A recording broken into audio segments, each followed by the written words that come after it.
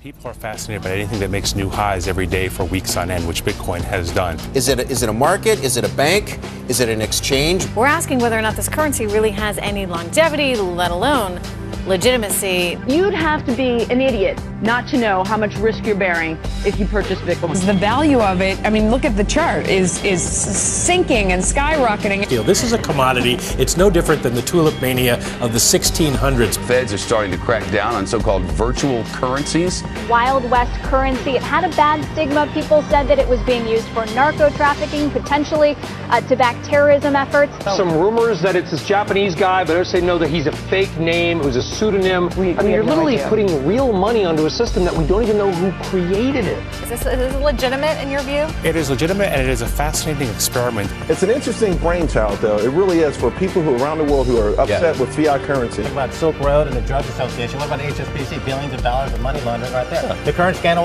with co-op banks. People are scared by the banking in this country and around the world. But the banking crisis there does raise the intriguing question of what is money? What exactly is Bitcoin, and how does it work? There is no central bank, no central authority, no corporation behind it. Knows no borders, knows no boundaries, and in many cases knows no rules. It's a new internet protocol like email or the web. All of this is done on peer-to-peer networks. Nobody really even knows who created the Bitcoin. Developed entirely on an open platform. No one's in charge. Free totally market. decentralized.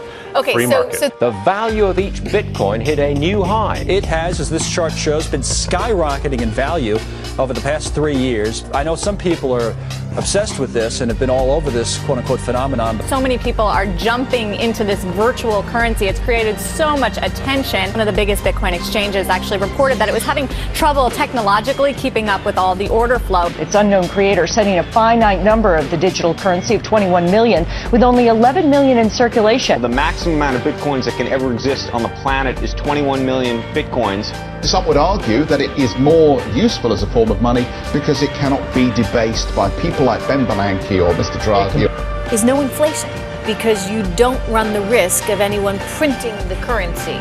Geek currency, Bitcoin, has been under fire recently for its dramatic price swing. Is it just going to keep on going up? Now, if you didn't bite at the Bitcoin craze, you may have saved yourself some money. Mary Thompson is here. What was that with the flash crash? Everybody's been talking about it, and hackers are actually to blame for this most recent sell-off. Last night, the digital currency's major exchange, Mt. Gox as it's called, was hit with a denial-of-service attack. What do you make of this madness? Well, I think Bitcoin has turned into a massive multiplayer online game where speculators are trying to out-speculate each other. Despite the extreme volatility, businesses are trying to cash in on this phenomenon. A lot of venture capitalists are actually coming into the space. Some of the biggest names in Silicon Valley and even some big Wall Street names too. Hedge funds, individual investors. All of the above. Private investors, private capital, venture capital is very interested in this trend. There are more and more places accepting it. It's just that you're very far from critical mass. The world's first ever Bitcoin ATM is coming to Silicon Valley. I mean, you got this bar here in the middle of Manhattan now suddenly taking it. In various countries, that's really starting to increase. So China has been becoming pretty popular. In countries like Argentina. Berlin, that's become the capital of the currency. Many businesses are already accepting payment with the Bitcoins. Shopify.com, which has thousands of retailers, just started accepting Bitcoin. Why accept Bitcoins? Why not? My mother's friend said, can you ask your son what he thinks about Bitcoin? It was the same day they fell 50% as well. And there are a lot of people who are fans of Bitcoin, but there are also regulators and officials who remain concerned. Multiple federal agencies touch Bitcoin in some sort of way, everything from the Treasury Department to the Federal Election Commission. Now it's starting to, like if you can buy a drink with it, it's a real thing. I think that there's no way federal regulators will stand for this. The government shuts it down, what's it worth then? Bye-bye. Yeah. Nothing. Yeah. If the government wanted to shut it down, wanted to prevent you from conducting a transaction, they have nowhere to go. It's like cash.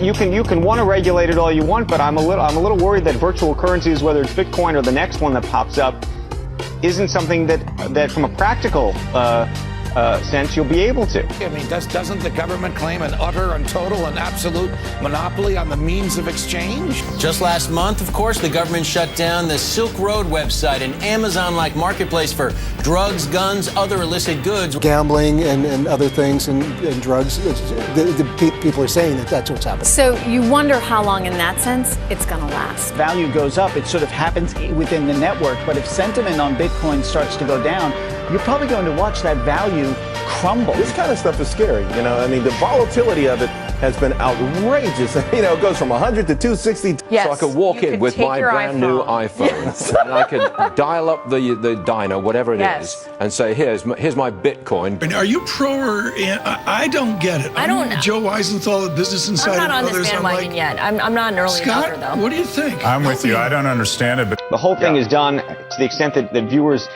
don't understand this. And by the way, I had to look it up to understand it. So if you've got a Bitcoin, you could sell me the Bitcoin. Well, it's confusing. It doesn't really fit in the normal regulatory categories. We hear you, Jeff. I'm just trying to get to grips with all this technology stuff. This latest surge came thanks to some high-power support from within the U.S. Bitcoin arriving in Washington on the national stage. They've done the due diligence to say this is simply not a So money how do you think the laundering. regulators get around it, though?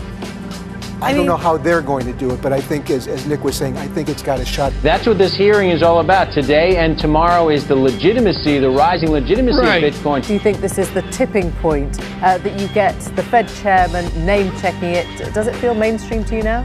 Bitcoins have come a very long way in a very short period of time. There's going to be some fallout. Do you ever think that it has the potential to replace traditional paper currency? We are arriving at the day where something electronic can threaten traditional money. What you're talking about right now is for the next 3 to 5 years, an unbelievably better store value. It is gold 2.0. They think bypasses governments and bypasses regulation. That says something about the climate we live in. It's a socioeconomic movement which we're going through at the moment. People have 100% complete control over their own money. It's the first time in the entire history of the world in which something like that's existed. Cryptocurrencies, Bitcoin is the first example.